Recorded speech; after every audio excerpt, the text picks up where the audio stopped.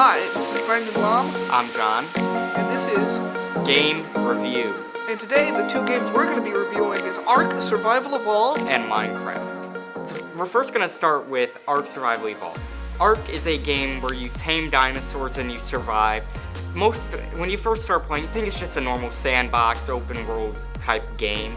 But as you explore the Ark, which are these things that your characters are planted on with the dinosaurs, you discover that there's a deeper lore to the place. You find these explorer notes, which they give dino dossiers, they explain how to craft stuff on there. And there's even these weird elemental tech dinosaurs in the island. There's tons of complexities to the game, and it's good because it's very simple at first, but if you really want to get into it, you can get into the complexities like building turrets, building bases, breeding certain monsters, or capturing them. You can even go into caves and get artifacts, which if you later collect certain dinosaur tissues or skins, teeth, you can go to a terminal, which are these weird obelisks in the sky, and summon a boss, which you can fight with your friends and dinosaurs you've tamed along the way, and unlock things called tech engrams, which is the highest tier in the game. And speaking of playing with friends, you can indeed play with friends. You can create your own servers or just simply play single player if you really want to go at it alone. But this, in and of itself, allows for great fun with your friends if you just want to mess around and destroy dinosaurs. Most people, when they start, they play either single player or boosted. Rarely do you start on official servers because of the mega tribes. Most people get killed instantly. We play on the servers all the time, and a mega tribe called 99 Problems always wipes us. So we end up playing boosted when it's school, and on breaks we play official. And even though you can really mess around with friends, the mega tribes and tribes in general add a lot of battle strategy and just strategy in general to surviving alongside dinosaurs. Like I said, how we were wiped by 99, you can raid in this game. Raiding is one of the most fun things, especially when they're online. You can go from them offline, you're just draining their turrets with a stego, to full-on Reaper battles, manas, and drakes. And speaking of, there's tons of dinosaurs. It's like every child's dream to get to hang around with dinosaurs and see them up person. This is basically the closest you can get. It would be really cool to see this game in VR. Speaking of VR, there is a VR version called ARK Park, where you can look at dinosaurs, but you don't play the game in VR. But it's still a pretty cool thing, and it's a step closer to true VR for ARK Survival Evolved. ARK has many DLCs. It has the Scorched Earth, Aberration, Extinction, and soon the Genesis Season Pack with 2 new DLC maps.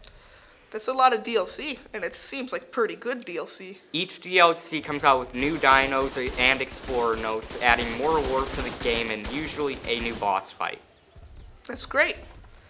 What about some of the more subtle things, does it control well? What about the music? I mean, the music's good. The controls, it kind of gets laggy. The controls are good, hard to get used to at first. It's better for a PC game, which is what it was meant for. And the graphics are good on PC, but sometimes it gets real laggy on Xbox. Alright. I think that wraps it up a bit for ARK. What would you score this game, John? I would score it maybe a 7 out of 10, seeing as we always come back to it. We always say we hate the game. It's so annoying. We're never going to play it, but then we always come back to it. It has that level of replayability. I would give it a 7 out of 10, but if I were playing it on PC, I would probably give it a 7.5 or maybe even an 8 out of 10, just due to the fact that it's better in general on PC. Well, that wraps it up for ARK. Now for our next game, Minecraft. In Minecraft, on Bedrock version, there's this store where you can buy the mods. Well, they're not called mods. They're called behavior packs, just so Microsoft doesn't seem like you're modding the game. And you can buy texture packs, maps, and skins. Which already, before the game even gets in, that adds just a whole level just of gameplay to it. And it doesn't even need it, because Minecraft is a sandbox game, and is also a game that goes on and on forever. You can play it infinitely in infinitely different ways. The maps are infinite in size, and you can have realms up to 10 people on Bedrock, which is a lot of fun. We have those realms all the time. We get 10 people sometimes, and we just have wars. People get mad when you raid their base and stuff. We don't like to go peaceful. And it's a pretty simple game when you get down to it. You mine blocks, you place blocks, and if you're not on peaceful, you can fight monsters or other people. But there's also a few complexities to it, like if you are dealing in creative, you can use command blocks, you can use redstone, or potion brewing to allow you to get the edge above people if you're playing competitively. On the Java edition of Minecraft, you can mod the game actually, like with real mods. There's mod packs like TechIt. There's servers that can hold up to thousands of people like Hypixel and Mineplex. And there are a few of those servers on Bedrock, but they're specifically for Bedrock. There's like CubeCraft, Lifeboat, The Hive, and 2 others, but I don't remember them. But it's still great fun when you hop on with like up to 4 people on The Hive and just mess around in the mini games. Bedrock is pretty similar to Java with how you play, like in the single player worlds. However, Java is more updated. You can play the snapshots with like the B update. Yeah, and Bedrock is on everything, while Java is only really on computer. You do ultimately have a few goals in this game, though you don't really have to achieve them. You can get all the achievements in the game. You can beat the Ender Dragon, which is known as the final boss, or you can beat the Wither, which is just known as a boss. And it all takes a while, but it's ultimately very rewarding in the end.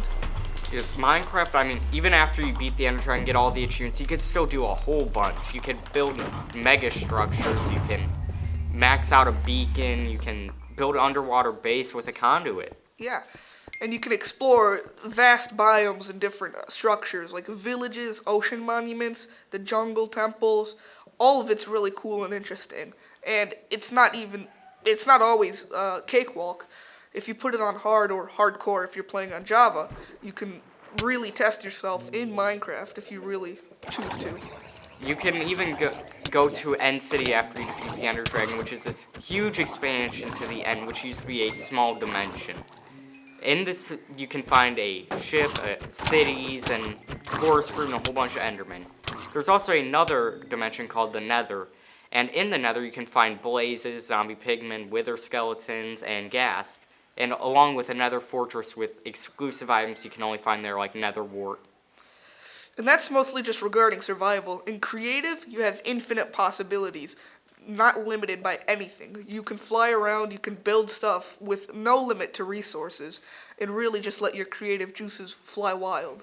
With the command blocks you mentioned earlier, you can build giant, like, mini games, like from a hide and seek where the player becomes a block. It has a whole bunch of possibilities in Minecraft, and we're barely even scraping, we're barely at the tip of the iceberg with what we can do in Minecraft. Yeah, and it's pretty simple and fun, yet still intuitive. The attack system, you can go at it with a sword and a shield, but you can also use your bow and arrow or trident to pick people off at a farther distance. And potions like Potion of Swiftness or healing potions allow you to stay in the game longer and add a bit of strategy of how you're going to face problems. Minecraft, I think, is just one of those timeless, endless classic games like Tetris. It's never really going to die. You're going to leave it, but you're probably going to come back eventually. Yeah, and it's one of the best-selling games out there, if not the best-selling game out there, and there's a reason for that. I'm pretty sure it did pass Tetris, or one of them, a couple months ago. Though, I think that's it for Minecraft. I would review Minecraft a solid 9.5 out of 10. There are some problems, like the fact that Bedrock gets updated later than Java. Well, they've been sort of fixing that recently, except we don't get snapshots on Bedrock. Yeah. I'm gonna have to rate Minecraft probably as a 10 out of 10. Like, this is my second one, even though we're on the second episode. It's just a timeless game. It's so much fun. There's endless possibilities you can do in the game. It came out in 2009, and it's still kicking today. Yes. Be sure to comment, like, and subscribe, and share the video with your friends. And be sure to comment what we should review next. And that's it today for Game Review.